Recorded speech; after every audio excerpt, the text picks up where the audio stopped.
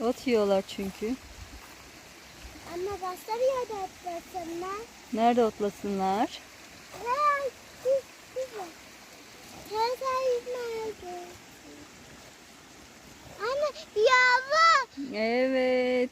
Bu yavru. Evet. Kucağına verir misin beni? Öyleyse beni kucağına verir misin?